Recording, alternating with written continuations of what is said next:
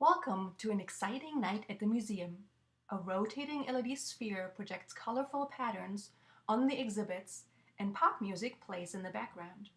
The stage is set for a small group of teen girls that explore science at the South Dakota Discovery Center in a monthly program called CuriosiTeens.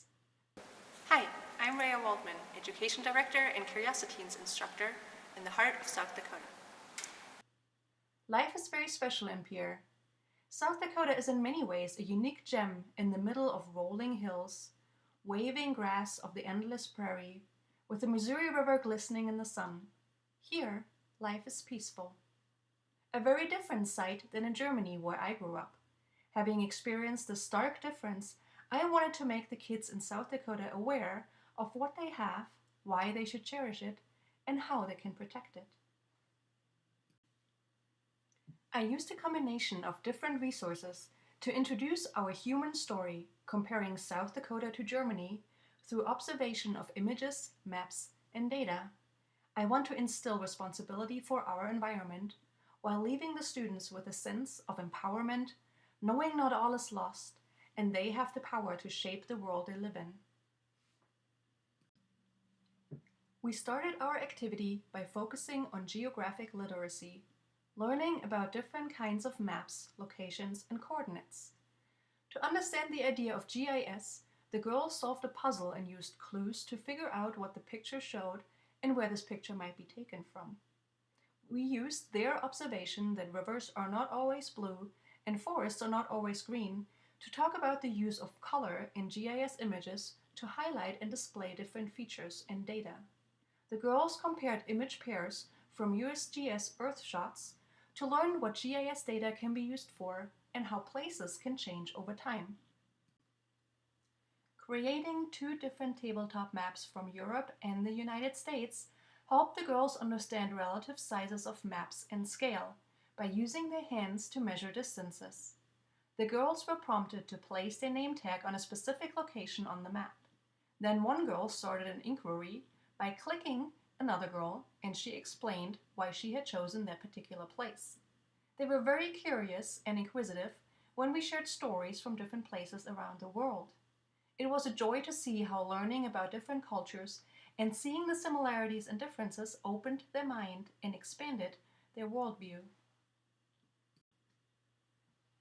The students were excited to see pictures from Germany. From observing and comparing photographs of South Dakota and Germany, the girls noted many differences. Sorin noticed something about me. I like to take pictures of nature, landscapes, and animals. However, the pictures of Germany showed a lot fewer animals and open spaces, but a lot more buildings and people. By examining tables of area and population, the girls found out that Germany has a population density of 55 to 1 compared to South Dakota, or for every 4 people per mile in South Dakota, we have 220 in Germany. There are many things that are special about South Dakota that you won't be able to see in Germany. Many due to higher population densities, which means less space for animal habitat and nature. The girls collected associations of the consequences of overpopulation. What can you smell? What do you feel? What do you hear? What can you see?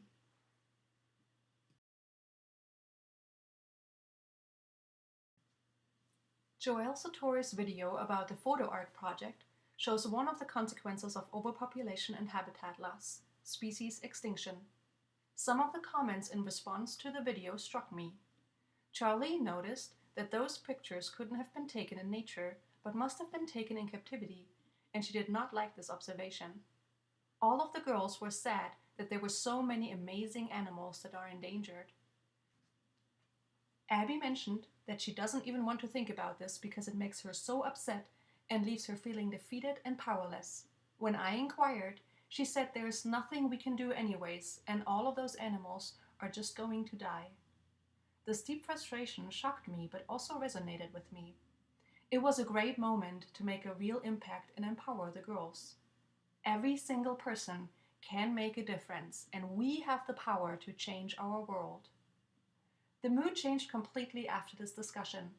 Everyone chatted excitedly and was curious to find out what they can do and how they can make a difference. The girls came up with many fantastic ideas, what they can do and felt empowered after the activity.